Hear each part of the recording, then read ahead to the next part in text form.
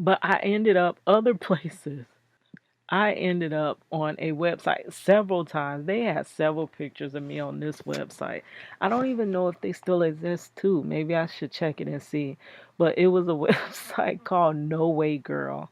And they had me on the left. That was another time. I think that was Drake concert that I had a CD roller. I used to make this roller that was made out of really a Coke bottle, but I would cut the top and the bottom off, so it's just a plastic spindle, and then I would put CDs on either side, and it would be like a roller, and I'll roll my hair around it. But it was actually my demo on the outsides, and then I ended up on the other side. You see my little Martin Luther King parade hairdo. Oh no way, girl. That website was basically like they would show like people like doing fashion don'ts and stuff and kind of laugh and talk about them. But once again, publicity is publicity. And then finally, I ended up on Goon City TV. Now, Goon City, okay, so Nolan Webb, we actually go back to the early 2000s. I used to do this thing called Chocolate City Live, where they would have like all types of artists that would come. It was supposed to be somewhat like 106 at Park, and they would have all types of artists come in. They would have networking events. The artists would talk to us, tell them how they made it. They would have an artist showcase where we would perform, or they would play our music because it was a club. It was a historic club too in Edenville that they would have Chocolate City Live. And there was always this guy with his camera, Nolan Well. Yeah, he always had his camera everywhere he went. I think I even got to rap for him one time. And he would have he had several like I think they were like documentaries and stuff, like basically just like day to day life documentaries that he would have, and I rapped for it one time. And he asked me to take a picture. I'm gonna tell you something else about Nolan Webb. He's actually the one that made me like really go all out with this hair thing, like with the hair pieces, because I used to have that CD roller, and I just wore that as a hair accessory, and I would always wear the same one. So I remember we were somewhere. I don't know where we were, but he was with his mother, and his mother was like, "Oh my gosh, look at that. That's so cool. Look at that. She has a roller made out of CDs in her hair." And the thing that Nolan said was, "Oh, that ain't nothing, Mom. She wears that all the time." Oh my God, he busted me out. I didn't know it was a problem with wearing the same hairdo. And when he said that, I was like, huh? What? At the time, I'm like, for real? Like, but it made me switch it up, and that's when I start making the different hair pieces. So this was a second time that he seen me, like a different time that he seen me out and about, because I used to be all over Orlando, Florida, all surrounding areas, everywhere, just promoting.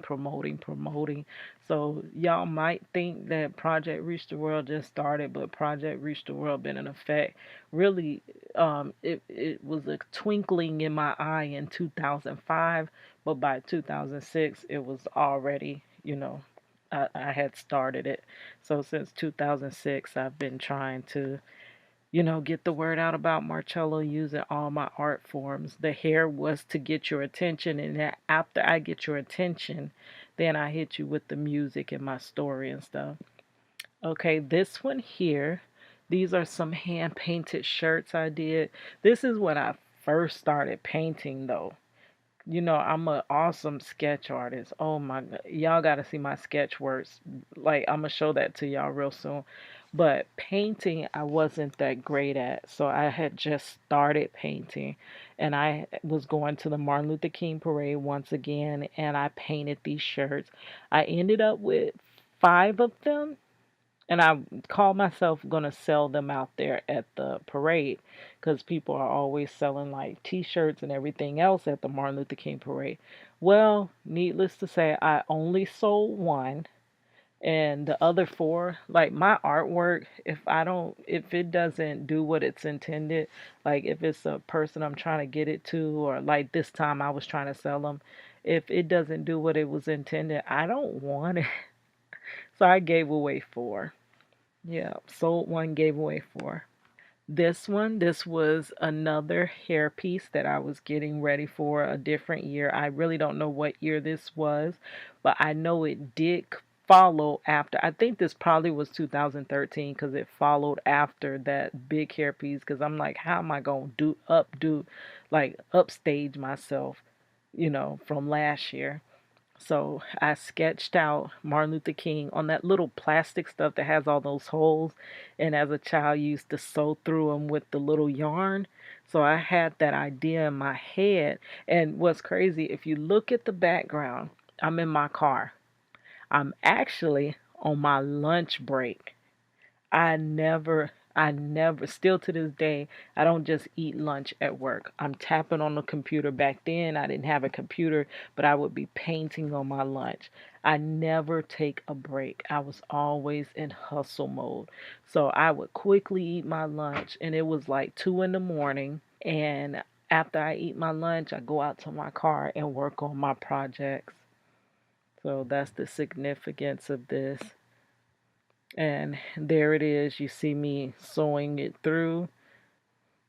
But I didn't never finish this one. I think that would have turned out really cool. That's like some hair art. That really would. If I could find that, I need to finish that. Talking about finish what I started. And lastly, this was another Martin Luther King parade. I think that probably came after, that one. So we'll say this one was probably about 2014. Because I do remember taking some pictures with my nephew, my bigger nephew, but he was little at that time. So I think it was probably around 2014. And this was another Martin Luther King hairpiece I did. So yeah, I've been working. It was one I could not find. It was this beautiful like drawing that I did of him that was done with color pencils, and I did it at age 11. Like I was a phenomena. Like people could not believe I was that young and can draw and paint that good. Like now I'm an old bat, so it's probably not that amazing that I can paint and draw. But when you see a little 11-year-old paint that good, people take notice. All right, y'all. So, happy Martin Luther King Day. Let's continue to just love each other, get along, and let's get it this 2021. And hopefully by next year, this time, Marcella be home so I can sit down somewhere. Alright, so this video here I am dedicating to my Uncle Henry because not only is it Martin Luther King Day, this is also the day 2 years later that we lost him. Yeah, so rest in heaven, Uncle Henry. Love you and never forgotten. I think about you all the time. He was an artist, he was a construction worker, and he also was an inventor. This man was a genius. Yeah.